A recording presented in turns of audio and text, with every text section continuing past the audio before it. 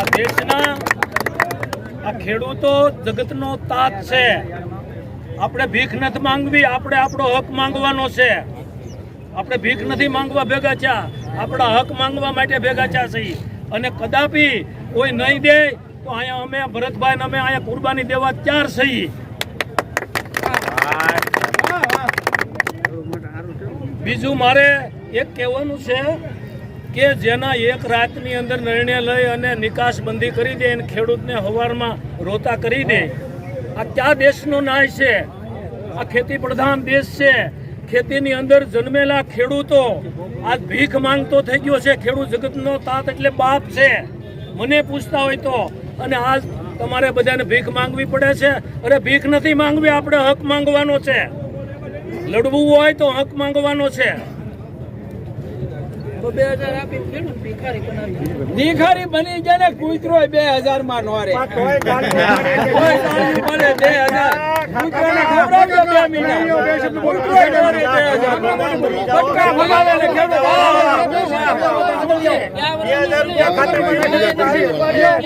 અને હરીભરી આ સબસિડી આપજે. આમાં સબોલા સબસિડી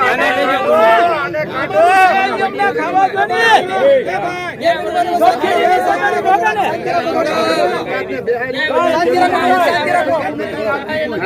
અને જાવરા મોટી મોટી વાતો કરી, જાવરાની ડુંગળીની સહાય આપી તમને ખેડૂતને.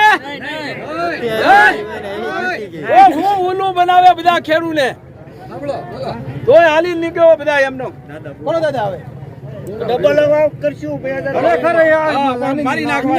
સરકારનો અન્યાય છે બરોબર. એનો જ્યાં માલ પીડ્યો તો ગોડાઉન માં ત્યાં સુધી એને નિકાસ ચાલુ રાખી તો પછી બંધ કર્યો. ખેડૂતનો માલ આવવા ચાર છો તો બંધ કર્યો. આ સરકારનો અન્યાય છે ખરેખર. ખેડૂત જો સમજો તો જનતા આપણી ગુજરાતની જનતાને ખરેખર મત દેવાની જરૂર નથી. કોઈ પક્ષ હોય પણ મત નહીં દેવાની, એની પેટીઓ ખાલી જવા જોઈએ.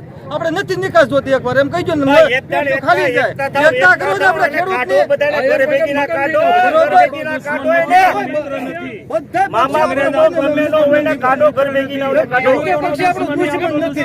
પણ આવડા કાર્યકર્તાને એનું થવું જોઈએ ને.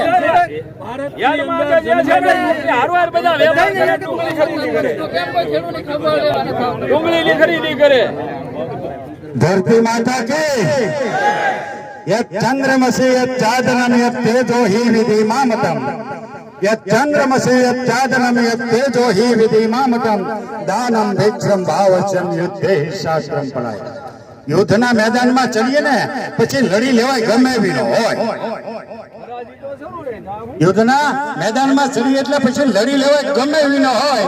એનો આ શ્લોક છે કે યુદ્ધના મેદાનમાં ચડો એટલે પાછી પાની ન કરાય. પાછી પાની કરવાની નથી થતી. હું તમારું કહેવું છું. હવે આ ડુંગળીની જે કાંઈ આપણે કેન્દ્ર સરકારે જે નિકાસ બંધ કરી ને આપણે જોરથી બોલવાની હું ગાયનું દૂધ વેચી નાખ્યું, ખાતા નથી. તો સરકારે આપણી ડુંગળીની નિકાસ બંધ કરી, એમાં રજૂઆત કોણે કરી? 2 ગાંઠિયા ખાવા વાળા. શહેરમાં જે માણસો છે ડુંગળી ખાય કેટલી? 2 ગાંઠિયા વાળાનું માન્યું અને લાખોમાં ડુંગળી પકાવતા ખેડૂતો નથી માનતા. એ તો જવો માને આપણું એક સાંજે બધું બંધ કરી દીધું કર્યું ને. તો આ સરકાર તો આપણી વાહે પડી ગઈ. ખેડૂતની કહેતા હોય તો અમારે ભાઈ પોપટભાઈ કહે છે સરકાર વિશે પક્ષ કાંઈ અમારે નહીં. અમે ખેડૂતના દીકરા છીએ અને ખેડૂતના દીકરા રહેવાના છીએ.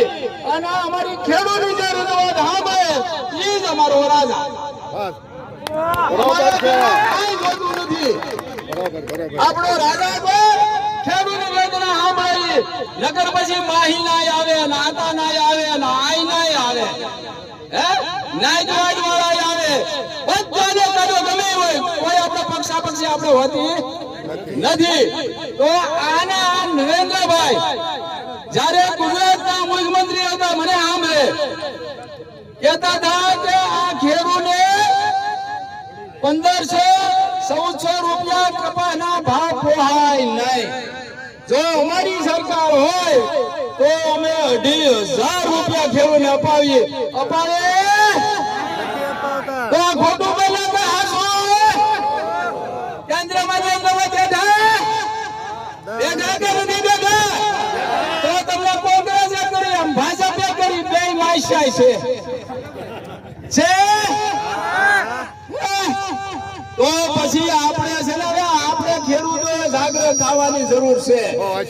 સમજ્યા? ઉલ્લુ બનાવે અને જ્યાં સુધી આનો ટોપલો માલ બધો હંગરેલો પીડ્યો હતો એ મોંઘા ભાવે વેચી નાખ્યો, અને જ્યાં ખેડૂતનો વારો આવ્યો ત્યાં નિકાસ બંધી રાજ્યમાં ઈ તો જુઓ. આ તમે કેટલા દિવસથી ગુજરાતના ખેડૂતો હવે આપણો મુખ્ય નારો એક જ રહે. જો વિજયભાઈ કે હટાવો ભાઈ હટાવો, ડુંગળીની નિકાસ બંધી હટાવો. બીજું કઈ નહીં.